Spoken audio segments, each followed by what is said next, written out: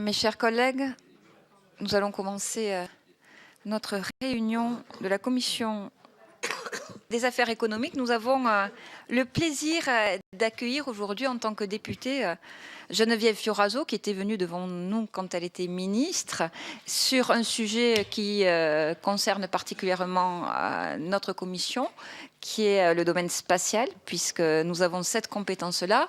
Vous rappelez que nous avons déjà travaillé sur ce sujet en recevant Geneviève Fioraso quand elle était ministre, mais également Thierry Mandon et aussi le CNES que nous avons reçu à plusieurs reprises au sein de cette commission, afin de nous faire le point avec une actualité importante aujourd'hui, non seulement par rapport à ce rapport qui a été mis il y a quelques mois au Premier ministre, mais également suite à un spationaute français, Thomas Pesquet, qui est aujourd'hui dans l'espace et qui nous tient régulièrement informés par le biais de conférences de presse de la façon dont il vit cette belle expérience et c'est vrai, et ce beau défi qui aujourd'hui s'offre à nous.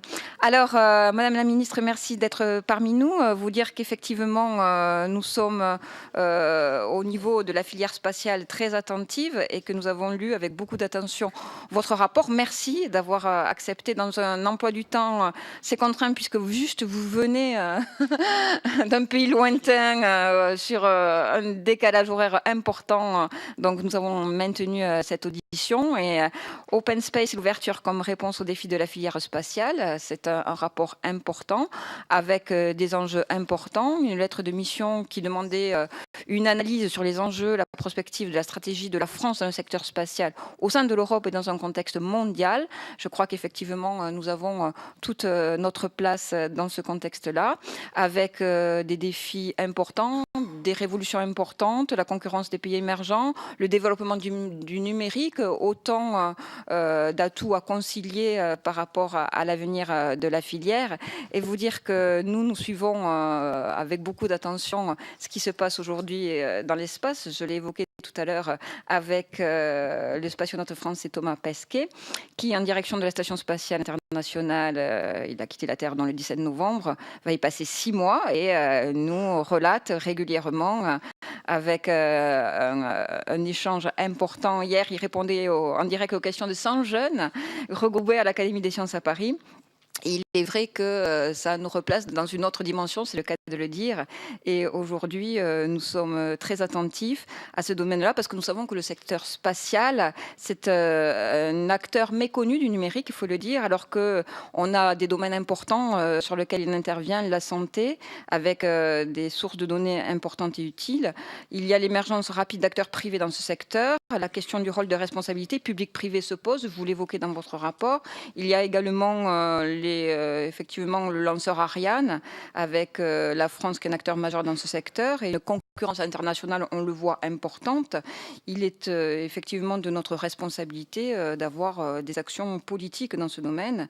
Je vous laisserai présenter votre rapport, mais permettez-moi juste de vous poser 3 ou 4 questions en amont de mes collègues qui, à leur tour, vous interrogeront, notamment concernant la conférence ministérielle de l'Agence spatiale européenne qui s'est tenue dernièrement, les 1er et 2 décembre, où effectivement, il y a eu des interpellations importantes et sur la stratégie spatiale de l'Europe qui a été élaborée par la Commission européenne en octobre dernier. La France réussit à créer les conditions d'un large consensus sur les priorités de l'Europe spatiale. Je sais que vous avez un regard attentif sur ces sujets. Pouvez-vous nous présenter votre approche et notamment de l'accord signé par les gouvernements italien, allemand et français pour renforcer les modalités de collaboration entre États et industriels dans le cadre d'Ariane 6 sous l'égide de l'Agence spatiale européenne. Donc, comment vous, avec votre regard d'ancienne ministre, mais également de parlementaires investis sur ces sujets, vous ressentez ce qui vient de se passer? Comment permettre au système européen Galileo de s'imposer comme un vrai concurrent au GPS américain? Quelle plus-value présente-t-il? Je crois que c'est important d'aborder ces sujets-là. Comment faire de la France un pays leader dans l'exploitation des données issues du spatial? Faut-il associer au CNES d'autres opérateurs de recherche, notamment comme les RIA? par exemple, c'est les questions qui se posent. Le budget consacré à Ariane 6 est-il suffisant pour que les délais soient tenus? Et comment analysez-vous le développement des satellites par les GAFA? Quelles conséquences cela peut-il avoir sur la politique spatiale européenne? La Commission européenne, en coordination avec l'Agence spatiale européenne, a présenté le 26 octobre dernier sa stratégie spatiale. Comment vous l'analysez-vous? Et dans cette nouvelle stratégie, la place de la France, à quel niveau doit-elle se positionner? Et genre, vous avez fait des propositions également, mais je vous laisse les présenter. En tout cas, merci encore d'être parmi nous. Merci pour ce rapport. Et je vous laisse tout de suite la parole avant de la laisser à nos collègues. Merci, Madame la députée.